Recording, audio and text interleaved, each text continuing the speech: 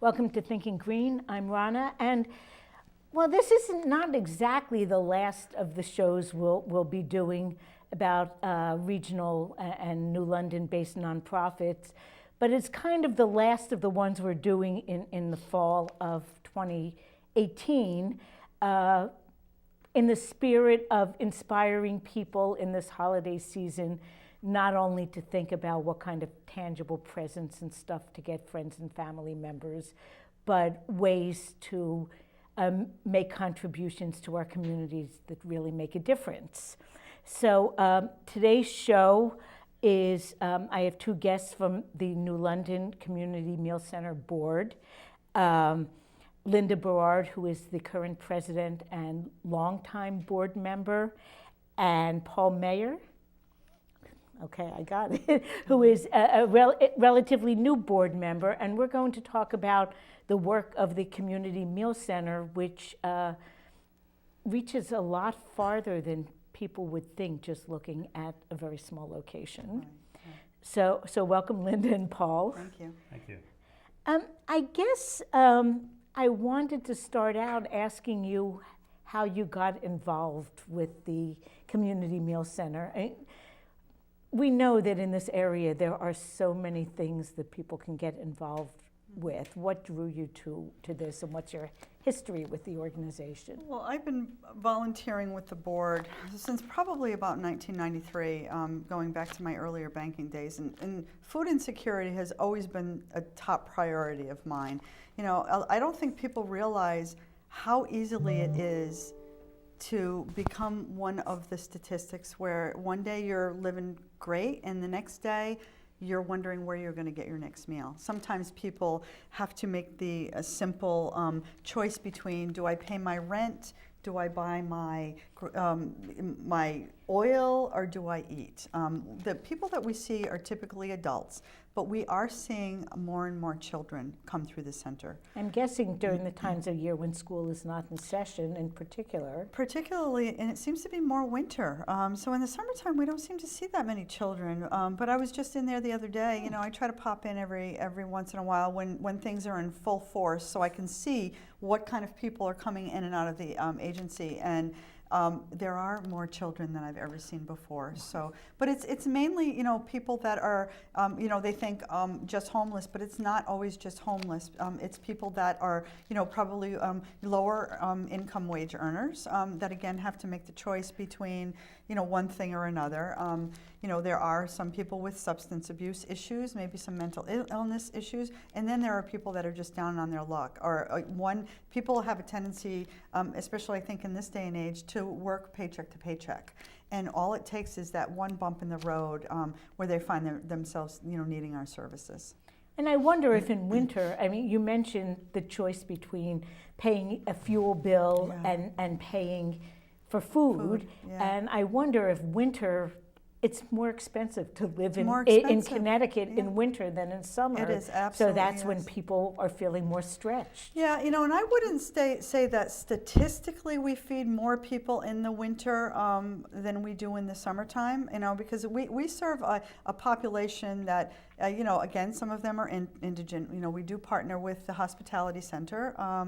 And I think that, you know, we do see the warming shelter bring a lot of people. They bus them up twice a day, lunch and dinner. But we see people that just come in off the streets that we've never seen before. So roughly we serve probably between 6 and 6,500 people a month goes through that. Wow. So at $2 a meal, you know, we're doing pretty well on the budget that we have. So what we try to do, you know, we're a no ask, no tell. So we don't care if you drive a Mercedes-Benz. Right. If you find that you need food today, then we're going to give you food. But that's clearly not the case for most of the people that come in. But we try to keep an eye on the new faces that we see. You know, because in some of the grant writing that we do, they want us to provide demographic information that we just don't take. We don't care. We're an ask, we don't tell.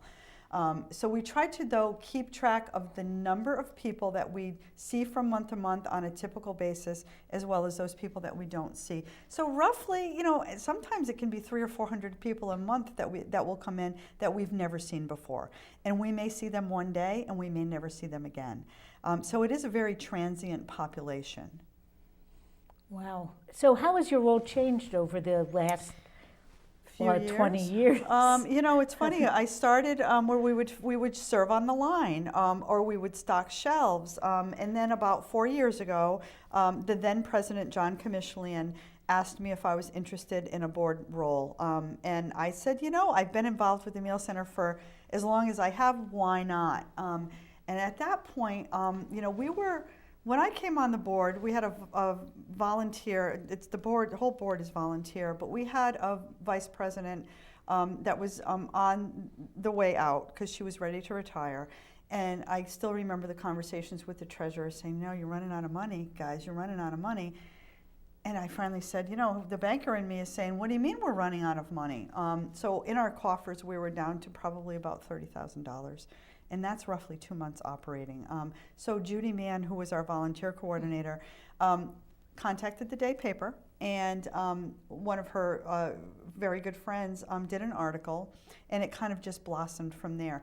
So at that point, John had been on the board for probably about 14 years, had been a long-time volunteer, and he was looking to cycle off. So he asked me if I wanted to be the interim president, and that was a year ago, almost 2 years ago. So we had our regular general elections this past July, and I said I would stay on as the permanent vice president, and then we had somebody that was the secretary or then secretary move up to the vice president role. So it's just been kind of a, you know, you move in, they bring you in on the board, and then before you know it, you're running the agency. So What's Paul, really- your story. Well, what's really interesting is that it affects more people than you would think. I've actually met people out in the community, and when I informed them that I'm now on the board, some of those people shared with me that they too had experience when they Wow. needed food, that they came to the meal center, and that it really helped them out, you know, at a time that they needed it. And they're looking for now volunteer opportunities to give back. What drew me to the center was I spent the last 5+ years on the road throughout New England and Pennsylvania selling marketing and software. And you know, you're living in a hotel, right? You're home half the Yeah. weekend because you're working. But then I went to a fundraiser this summer, and I met Linda and some of the folks. To be an eye. I started my own business about a year ago, so I'm locally based now, and I've always wanted to get involved with an organization. I'm a very much pay it forward kind of guy. You know, I believe in do as much good for as many people as you can with absolutely no expectation of anything in return, and life will be pretty good. So I went to this fundraiser, I met Linda and some of the folks, and they asked me, said, "Hey, you know, would you like to get involved with the Meal Center?" And I said, "Sure, I'll take a look." And I went there, and Linda gave me a tour of the facilities, and I kind of had an idea as to, you know, what I could bring to the table. I want to bring more awareness, right? I do promotions and advertising, online advertising, stuff like that. Social media. I live in social media. So I kind of checked out where they're at and where we need to grow. And social media is definitely a place where we can promote the Meal Center, bring more awareness to it, and get more donations, get more help, volunteers, things like that. So as Linda was showing me the facilities and what was going on there, I kind of put together in my mind what I wanted to do, And I'll never forget, we walked outside, and there were some people outside, and this guy walks up and he says, "Excuse me," Linda and I were talking, he says, "Excuse me," and I'm wearing a suit from work. And I said, "Yeah." And he said, he asked me, he says, "You're not here to close the place down, are you?" Yeah, Oh they my worry about goodness. I that said, because- "Wow." Yeah. And then he starts telling me how the meal center has helped him and what it means to his life, right? Just the social aspect. And I looked at Linda and I thought to myself, if there was any doubt in my mind, Yeah. at that moment right there, it's like, Yeah. sign me up, I'm in. Yeah, I mean, the guy, the gentleman was actually, I think he was half kidding. He goes, this is really my social. I come here, I have a good time, I talk to my friends. He goes, I've even brought my dates here, and it was the funniest thing. I think he was half kidding, but I'm not sure. I'm not quite sure if he was or not, but they do worry about that, and I think they still think back. Harken back to that 2000, and so we're in 18, so 2016 was when we were kind of hitting the skids. And people were Right. very concerned that we were going to close because a lot of the funding that we've had in the past is starting to dry up. It's a lot of the support that we've had. Everybody's budgets are shrinking. A good one Yeah. is the downtown, New London, the block grant. At Right. one time, it was probably $25,000 a year that we were getting. I think our total that is coming from them this year is about $8,000. So when we see that contract, we've got to go elsewhere and find other avenues to raise money. And of course, the more sources of revenue you're dealing with, there's more overhead with that. Yeah. I'm part of a nonprofit, Riverside Park nonprofit, and the more small grants you have, you're writing more grants, you're Grants, writing more yeah. reports, Yeah, your yeah. paperwork overhead really does Exactly. get to be more. Yeah. And considering what the meal center does, it seems as though your budget is amazingly modest considering I think what it you is. provide. You Yeah. said $30,000 is 2 months operating. Yeah, so we just redid the budget.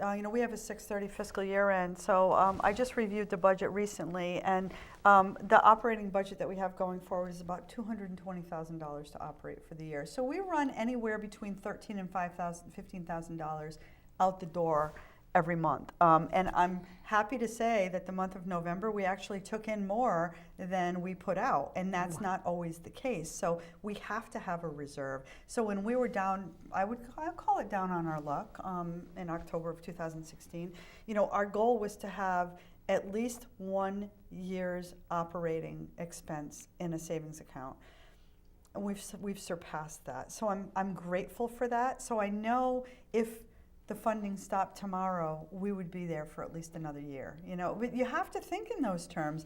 Every day I'm in grant writing mode with we have one woman that has been on our board, Karen Nealon, has been on our board for probably I don't I even saw wanna her in say. all the photos. Yes, so Karen she's amazing, and Karen writes a lot of our grants for us. But we also have another gentleman by the name of Jerry Keeler who has just come on. He's not on the board, but he is. He's been a volunteer there for 30 years. So now he's looking for different avenues that we don't tap every single year. We can't keep going back to the same well. We have to diversify. But when you mention $15,000 a month, how many meals is that providing? About 6,000 meals a month. Anywhere between 6 So- and 7,000 meals a month. Yeah. So, the dollar amount sounds like a lot until But it's you not. think of what it's providing, and Yeah. it really is Yeah. providing a lot for very small Yeah, sum of it's, money. we roughly estimate it's just about $2 a meal. We have a lot of support from the local church groups. We have roughly 350 volunteers that cycle through that place on any given month. So we have a lot of support, and we couldn't do it without the public support. Both financially as well as muscle. People come in and they're doing dishes and they're loading trays, and it's just amazing to watch. So, Paul, in the 2 months you've been involved, what's your experience been like? It's been awe-inspiring. I've been able to capture some events on video because people like to watch video. A lot of people like to watch video. So I've been involved in the food donation, the craft fair. Yeah, it was That great. was That huge. was a great I mean, event. there were a lot of people there. The auction recently. So it's nice to see so many people coming together to help other people. And my role is kind of to document all that and then put that out in the social world so more people become aware of the center so that we can get more involvement. As Linda said, the old wells, some of them are drying up, so we need to always be reaching a new audience. And today, with everybody living on social media, what better channel to reach them than to put out those And things. Paul's become a good sounding board for me, you know, because our board is such that everybody on our board works full time. I think we have one person on our board that is not, you know, a full-time employee. So you have a finite amount of time, and I have a finite amount of people that I can tap. And Paul's become a good resource for me to bounce things off of. So I'm really, really glad he's joined the board. I need to clone him now. And if I could have 4 more Pauls, I'd have I'm it not made. sure my wife would agree with that. I have to say, I really like your pin. Where did you get that? Well, I can't tell you, but Oh, I'm always in search. I'm a major foodie, and Oh. I'm always in search of that next great meal. So Yeah, I figure if I always have my tools with me, Yeah. I should be covered. yeah. well, you know, a group I'm in, the Riverside Park group, for a while, for a short time, was meeting in the meeting room at the meal center, and you know, we were always invited to eat there when we were there, and it's really good. PETA is an amazing cook.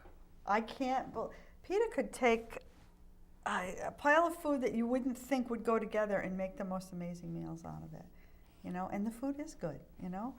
I think, you know, if we didn't have PETA, PETA's been, you know, with us for about 8 years now, and she had some professional cooking experience. So she just knows how to put things together, and she does a lot of her shopping. You know, we get a bulk of our food at the United Way Gem Moran Food Center.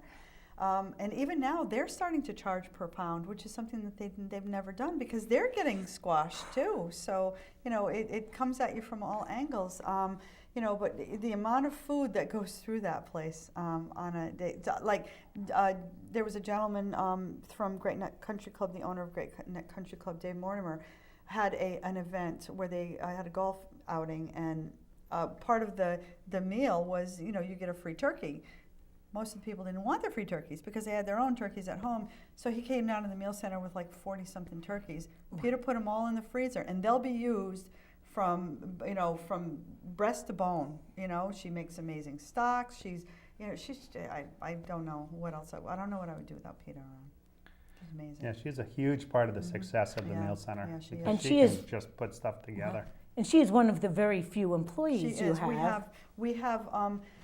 We have 2 employees. We have Peter, who is our full-time kitchen manager. We have Mark, who I call him our security guy, even though he doesn't have the security role.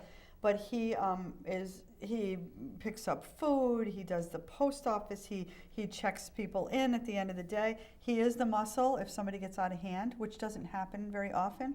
But all Mark has to do, he's very imposing. All he has to do is stand up and cross his arms, and people listen to him. So he's really instrumental to the workings of the meal center. Then we have a part-time bookkeeper, 5 hours a week, which is something that is recent. But we found that, you know, we actually need it because, again, most people work full-time. And then we have Oscar, who is our cleaning staff. He has recently been taken on as an employee as opposed to a contractor. And he works, you know, 20 hours a week, 25 hours a week. So the 4 of them pretty much run the place. And then everything else is volunteer. Everything else is all volunteer. of the serving All and of the cleaning and the picking up the tables at the end of the night and making sure that, you know, the dishes are stacked and, you know, the pots are all clean, and you know, they go through the pantry area, you know, every so often to make sure nothing's out of code. You know, because canned goods go out of code. You know, there might have been something that got stuck back in the shelf. You know, people, when donations come in, they're all sorted through. You know, we're a food agency. You know, we don't take donations of clothing, although this time of year we will certainly take coats because there are always people that just aren't warm enough. coats, hats, gloves, mittens, scarves, toiletries. We have a visiting nurse who comes in twice a week, and it's just I don't know, I can't say enough about the agency. It's just an amazing. It makes me feel good to be a part of this agency. Yeah, me too. And on our Facebook page, we have right pinned to the top of that page, we have our wish list. Yes. So for anybody that would like to contribute, you can go to our Facebook page, New London Community Meal Center, and right at the top of the page, I have that list posted. It's things you probably wouldn't expect. Garbage bag. Well, I actually found the list and I printed it, and I noticed that of the cooking related things, black pepper. Black pepper, yeah, because just because these people can't afford to buy their own groceries doesn't mean that they shouldn't have everything that they need to enjoy their meal. Black pepper, Yeah. salts, teas, coffees, sugar, paper towels, toilet paper, garbage bags, bleach. It's amazing. When you think about it's not just the food that we need to run the agency. It's everything else, that goes with it.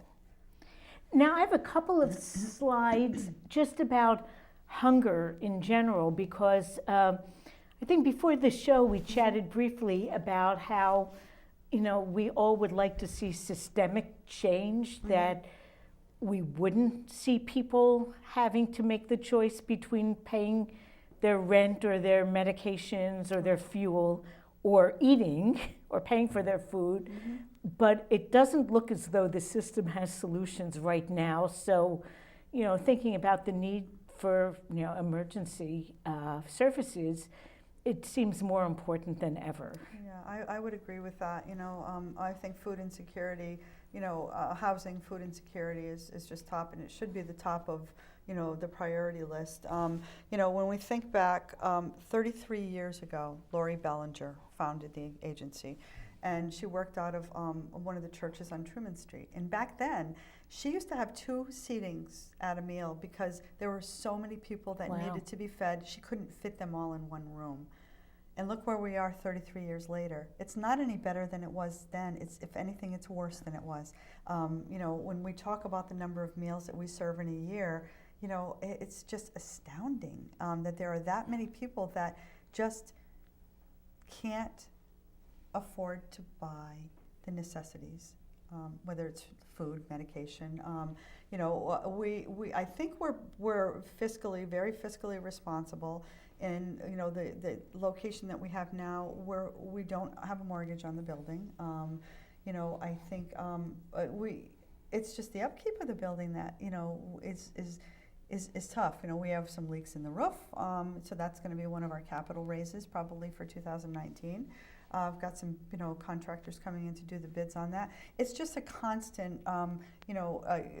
It's like we're hamsters on that gerbil wheel. But the end of the day, our goal is to feed people, and that's what we do. Look, we wish it could go away, but it's not going to. It's not. It's just not going. And just looking at this map, and I think I got this off of your website, that the New London Groton area is actually one of the more food insecure parts of the state. Yeah, it's a low census tract area. And I think, if you think about, New Haven County, probably New Haven, Hartford, but New London is, it's the population. It's just, I think it's probably, inner city. I mean, there are housing patterns. I've looked at some, demographic info about, median family income, and within the county, I think the average is something like $70,000 a year for a family of 4, and in New London, it's about half that, between $35,000 and $40,000 for a family of 4 as a median income. And you think of how many hours, a person, making minimum wage is going to have to work to be able to support that family. It's really hard. I worked for Head Start as a home visitor for 12 years back between 1995 and 2007, and especially if you had a 2-parent family, the number of work hours that those parents were putting in and just to make do, and many of them did live in subsidized housing, and they were getting food. I don't know if they were coming to the meal center, but they were certainly going to Gemma Moran or OIC or one of those pickup locations for raw materials, and working minimum wage. They really needed it. That's, when you think about, look at the price of a gallon of oil, or the heating. Yeah. I mean, I don't heat my house by electricity, but my electric bill is still, $150 a month, and that's like living like a mole, Every light in the house is shut off, except the one that we're sitting in, so I can't imagine, what it's like for some of these families that are, like you say, you're making, low wage earners. And really having to put in a lot of hours, and many of them are parents with young kids or school-age kids, so it's, those kids become latchkey kids. Yeah, it was frustrating for us because in Head Start, actually, mealtime is part of the curriculum, and family meals are very valued for not just the physical nutrition, but the social interactions that happen when a family gets together to eat. Right. And a lot of these families did not have family meals because the adults were working all weird shifts. Right. And you would have, if there were, someone not at home during second shift and the kids were, in school during the morning, there was hardly ever a time when those families would be able to all get together and eat in a social setting. Right. So I'm not surprised when you say that people come to the meal center and they appreciate not just the food, but the opportunity for social interaction over mealtime. And it's a safe environment too. I have no qualms about walking into that meal center at any point in time.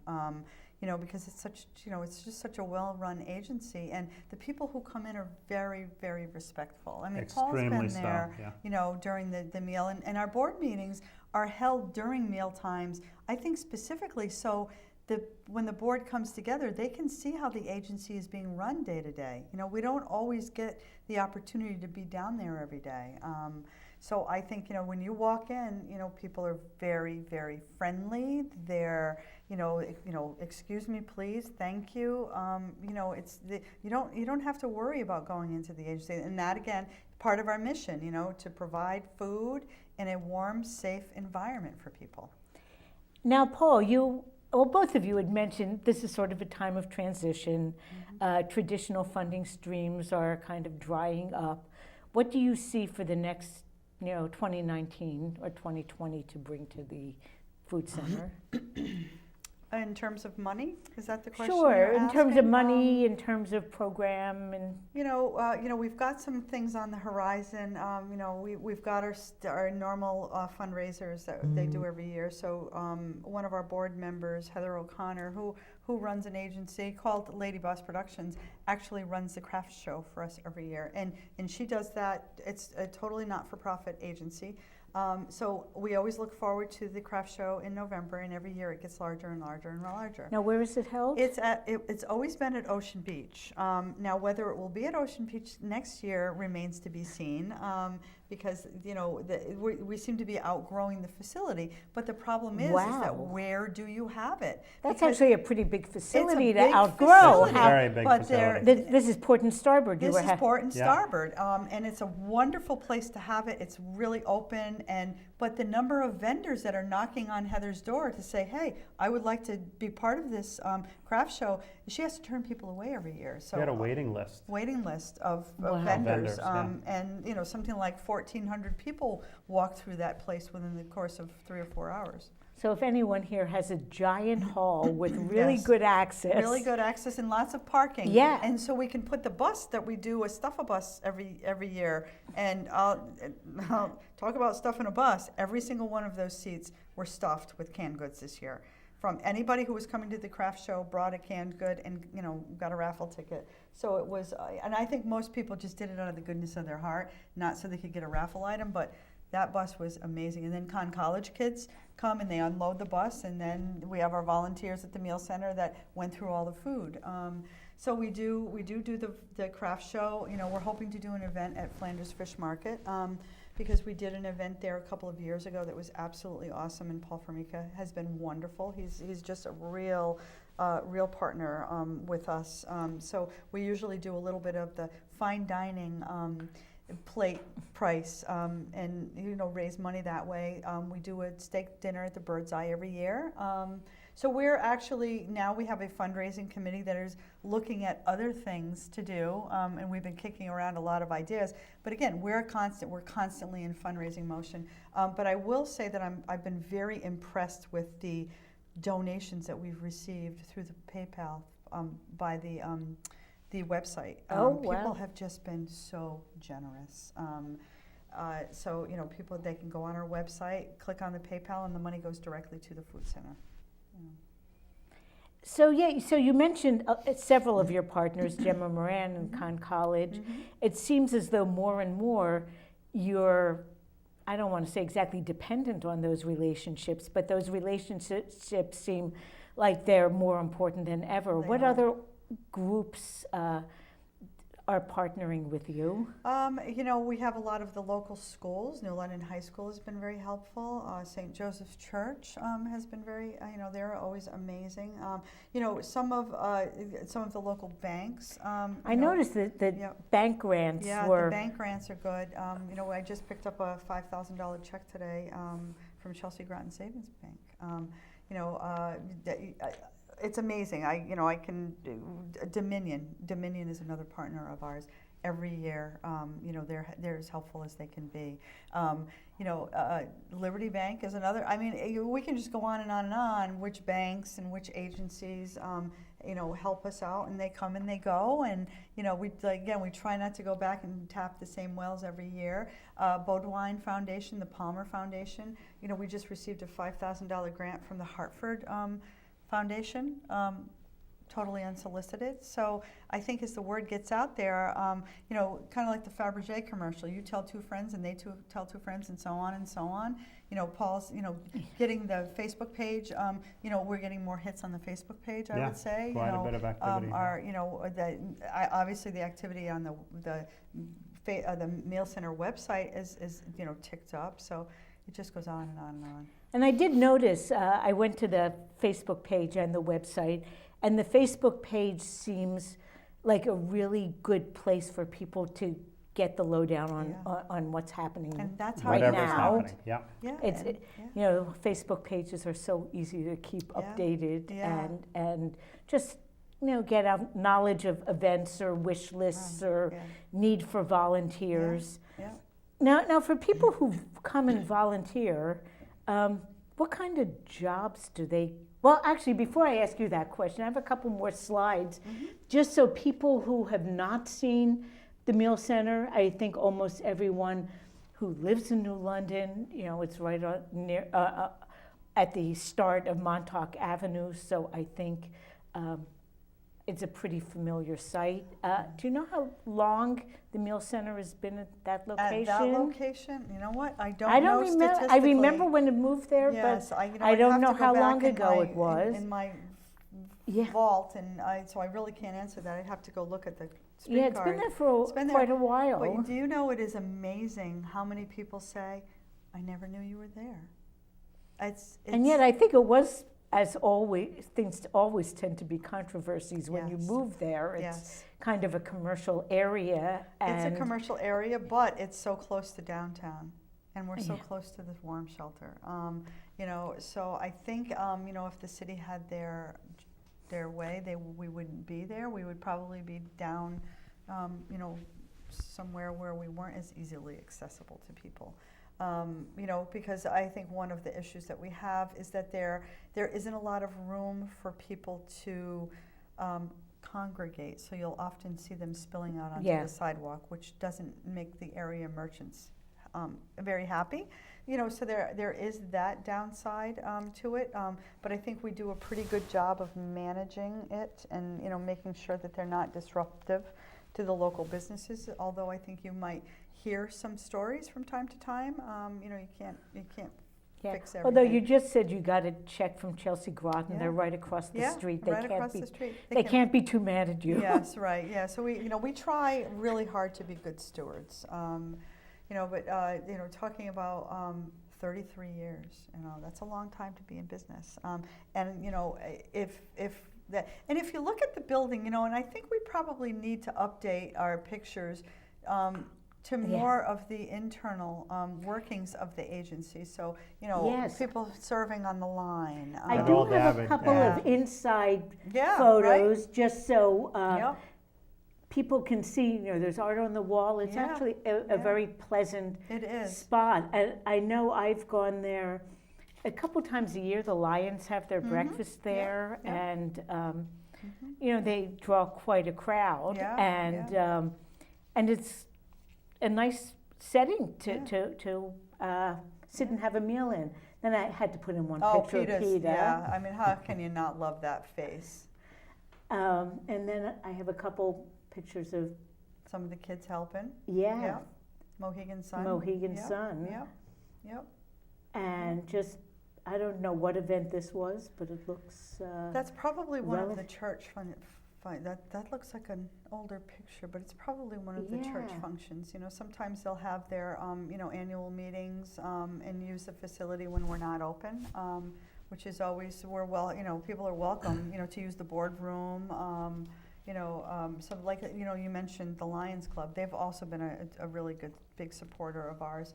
I don't know that they're the lady what's the Daughters of the American Revolution, the Lucrezia oh yeah, in New London. They have been a good partner. I don't think that there are many agencies, if you were to name them, that have not been involved in the meal center from time to time or continue to be volunteers. Like I said, in St. Joseph, one day a whole troop of little kids came down, all holding hands and their ropes, and brought in their coins from their coin drive. It's the cutest thing.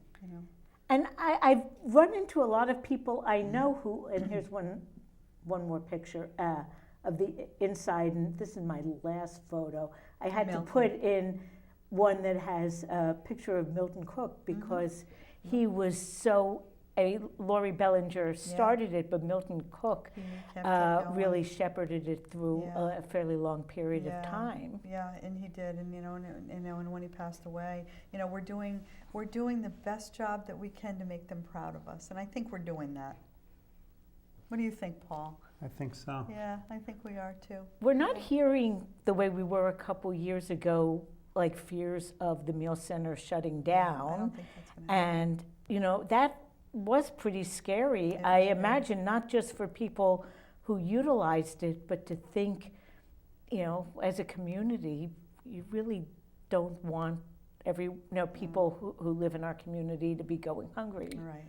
The thing is that, we live in an interesting time, I'll say. But it's surprising how many really good people there are that really do care and that will show up at a fundraiser and bid on things that They probably don't they're not need. even gonna take that item home. When Amy Sarsha from Two Wives Pizza, this is the third year that she's run the tree auction for us, and it's amazing. What amazed me about that event is there were several people who bid on trees, and then they said, "Please donate this to a worthy cause," and so you're paying $300 So or they were $400 or $500 for a tree. So they pay the price of the tree, but then they say, please donate the tree. And in some cases, the trees came with gift certificates and Yeah, it's toys, and whether it was the local Boys and Girls Club, the YMCA is not there anymore.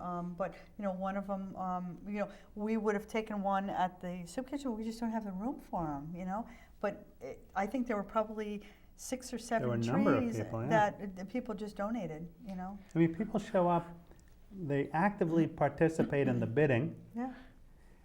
with no intention of ever leaving with that item. No, they just They want just to out do of the good, goodness of their heart. Yeah, Yeah. Well, listening to you, it sounds as though with the tree auction in particular, it's like, you get bang out of your buck, I guess, by donating multiple times. Like the trees are donated, Yeah, the trees and are the donated from bidders Maple Lane. might take them home, but might not take them Yeah. home.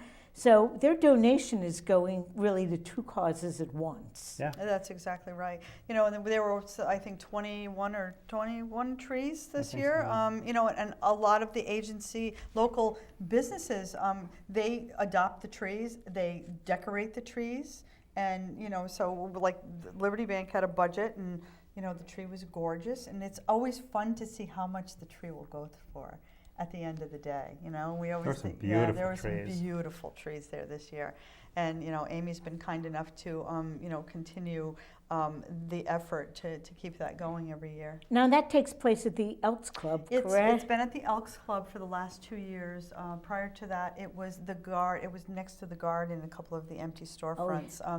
Which I think it just wasn't a big enough location, Yeah. but it was probably it was a wonderful event. I can imagine that location being so open, Yeah. people just being able to Oh, see it from it the was a street lot would of have been fun. great. Yeah, and and who can not like the steaks at the Bird's Eye? That's another one of our fundraisers every September.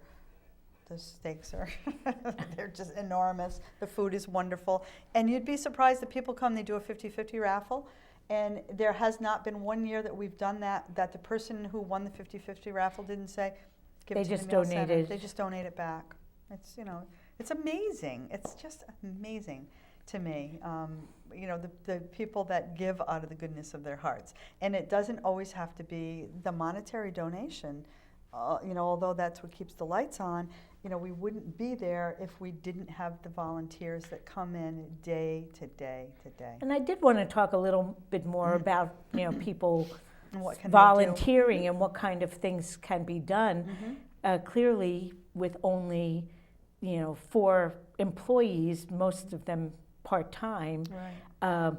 it's a huge amount of work to feed is. thousands of people. Yeah, it is. So Yeah. what kind of things can volunteers choose what they do, and what are the options? Usually, I think if a volunteer has a specific thing that they want to do, whether it's to come in and serve on the line, or to come in and cook. Some of the local church groups, they'll get their groups together and like maybe once a month, like the synagogue comes in and they do their dinner, and they cook, they clean everything up. So they've got their core group.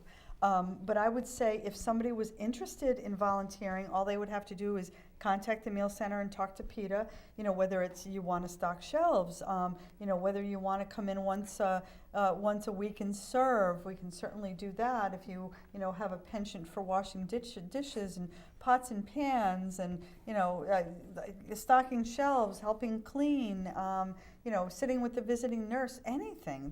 There's just so much that needs to be done on a daily basis.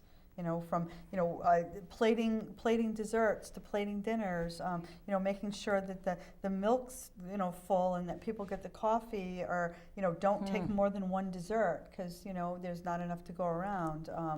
Helping. They do some of the meals where they'll put the meals together, and as an agency they'll go and they will deliver to people who can't get out of the house. We don't do a lot of that, but that's always an option. So. I can't really think of anything else off the top of my head. You, Paul, you. No, you pretty much just, covered it. Yeah. Now, do you find most of your volunteers are like community groups that kind of volunteer as a group, or that individuals just call and they're interested? You would say that they're both. We do get people that will call and say, I've been tasked with, I've got to do so many hours of community service.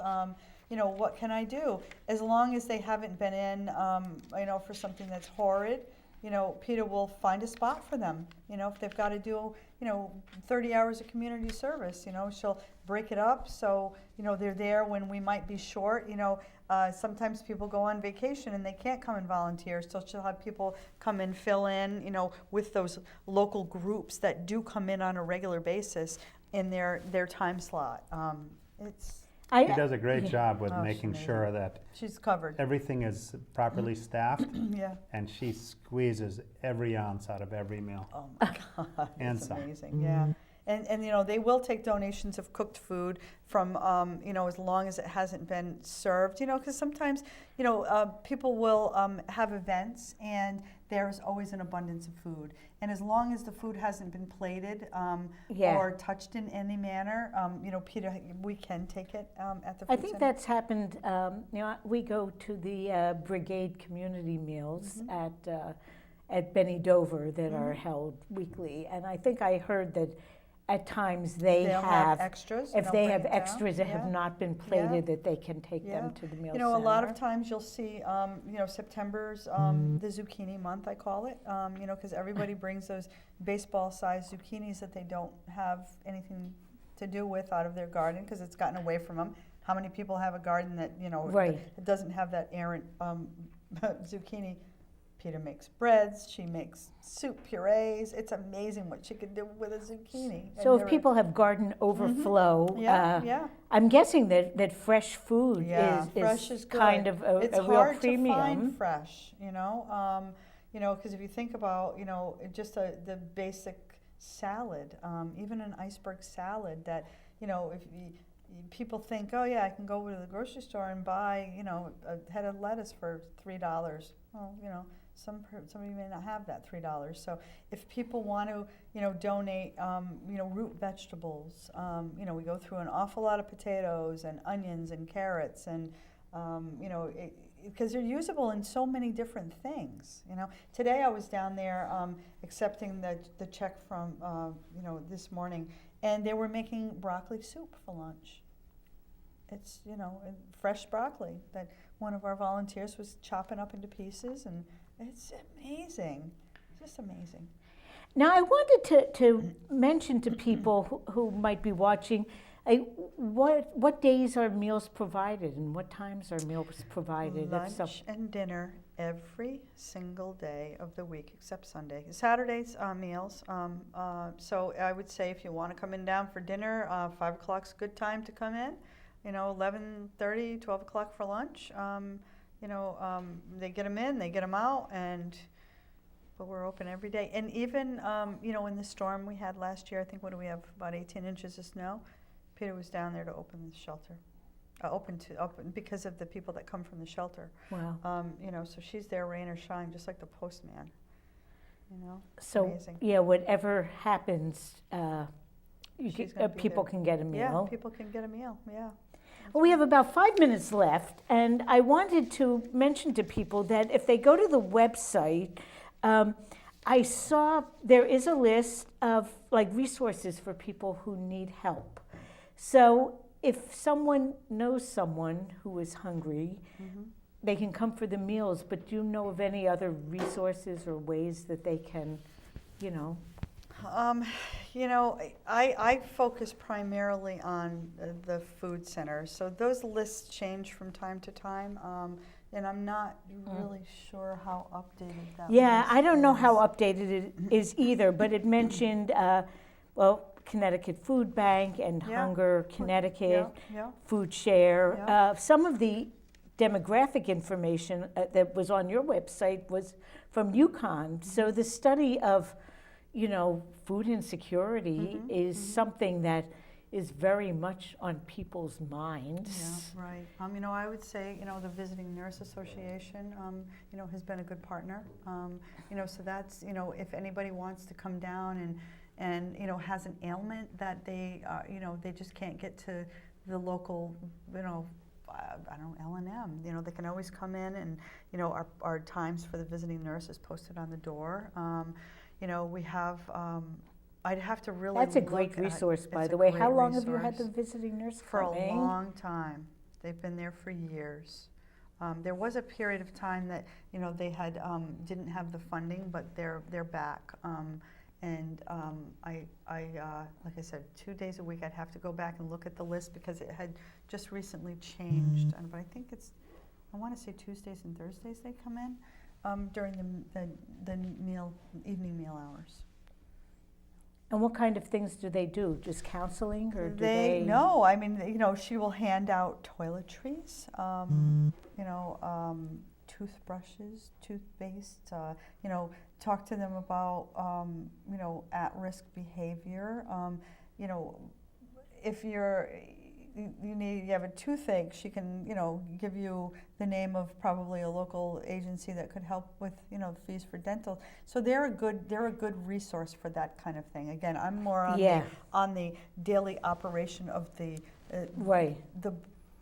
fundraising and making sure that our bylaws and our board members are consistent and don't disappear on me and never come back. And, Well, it just couldn't exist without that piece. Yeah, that's true. But I don't take any responsibility for how amazing the agency is. I mean, that's all the volunteers and PETA and Mark and Oscar. They're the ones on the front line. They're the that ones get on it the done. front line day to day. So you stumped me a bit on the agencies, but And- that's okay.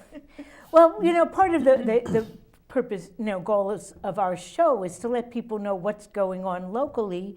But, New London does not exist in a vacuum. No, And in terms of the meal center, there are people who might watch who might need the service, and others who might watch who might be able to help Volunteer provide. their time and help provide. So, so I appreciate your coming and talking about Thank both you. halves of that. And I guess it's in the last minute, I wanted to invite anyone who wants, you can just come in and have a meal and see what happens. That's exactly right. And in the last little bit, remind people how they can sign up to volunteer or find out more. So our phone number, I don't have it handy, but it is posted. You can just look us up on the web as well. But anyone who is interested in volunteering, to serve or whatever would contact PETA at the meal center. She's there from 8 to about 4:30, 5 o'clock every day. We also have the New London Community Facebook page. You can, and anybody can contact us right through Right. the message function. Which Which is is, our I think, Facebook how page. I contacted Yes. you, Yes. and you were very prompt Yes, in answering. yes, and we're getting better at that because there was a time where we didn't know how to do any of that, and that's, again, thank you, Paul, because this is the kind of board people that we need, people that know how to do things. Well, thank you, Linda, and thank you, Paul, for coming onto Thank you, the Ronna, show. for having us. Thank you. Yeah, it was fun, and I learned a lot. I've been in the building, but didn't really know much about what happened Yeah. inside. Come down and visit us anytime. Yeah. Our pictures are now kind of off the walls because we just had a big painting project. Ooh. And we had a couple of Joey Shalaba, he's a roofer, contractor in the area that donated his time and came through and patched all the walls and Wow. the whole place has been repainted. So we're putting pictures And back then- up on the 23rd. Yeah. Wow, Yeah. great. So a lot going on. Yeah. Well, thank you both for coming on.